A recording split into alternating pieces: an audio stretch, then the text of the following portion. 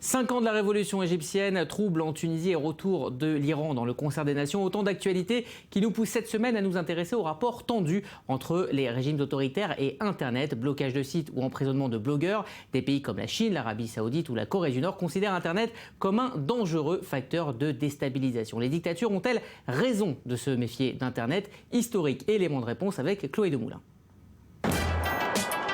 Égypte, Libye, Tunisie, autant de dictatures tombées en partie grâce aux réseaux sociaux du début des années 2010. Lorsqu'un vendeur ambulant s'immole fin 2010 en Tunisie, c'est sur Facebook et Twitter que l'information circule, puis que la contestation s'organise. Une mobilisation virale et massive qui, relayée par la rue, entraînera en quelques semaines la fuite du président Ben Ali. Accélérateur de mouvements sociaux, Internet semble dans un premier temps avoir ébranlé les pouvoirs autoritaires. Les dictatures sont maintenant plus vulnérables qu'elles ne l'ont jamais été auparavant. En partie, mais pas totalement, en raison du transfert du pouvoir de l'État à l'individu. Si l'exemple tunisien reste une relative réussite, le cas iranien démontre que le pouvoir d'Internet a ses limites devant la répression armée. En 2009, la jeunesse iranienne conteste la réélection de Mahmoud Ahmadinejad aux élections présidentielles. Les étudiants descendent dans la rue et l'image du meurtre de la jeune Neda catalyse la colère sur les réseaux sociaux.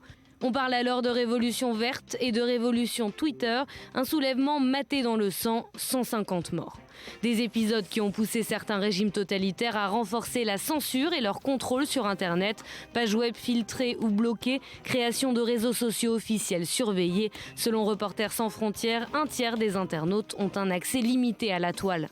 Parmi les régimes les plus durs, la Chine, où le mot-clé jasmin, synonyme de la révolution tunisienne, a par exemple été interdit. La Syrie, où les communications et Internet ont été régulièrement coupés par le régime depuis le début du conflit, ou encore la Turquie, où des sites pro-kurdes ont été fermés et où Twitter a purement et simplement été bloqué. Il y a eu une énorme ouverture de l'espace médiatique grâce à Internet, grâce aux espaces numériques. Mais on doit garder à l'esprit que cela a aussi donné au gouvernement des moyens de réprimer les peuples, d'espionner.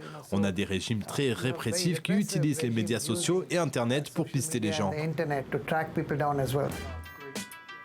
Internet se serait-il retourné contre ceux qui se battent pour la liberté? 47 internautes et citoyens journalistes ont été tués dans le monde en 2012 et aujourd'hui, près de 180 personnes sont incarcérées pour leur activisme sur le net. Le Vietnam procède par exemple régulièrement à des arrestations et prononce de lourdes peines de prison. Mais en dépit de l'essoufflement du printemps arabe et des risques encourus, beaucoup d'internautes continuent à défier les régimes totalitaires, à l'image du blogueur Raif Badawi, toujours emprisonné en Arabie Saoudite et condamné à 1000 coups de fouet, son tort, avoir publié un blog.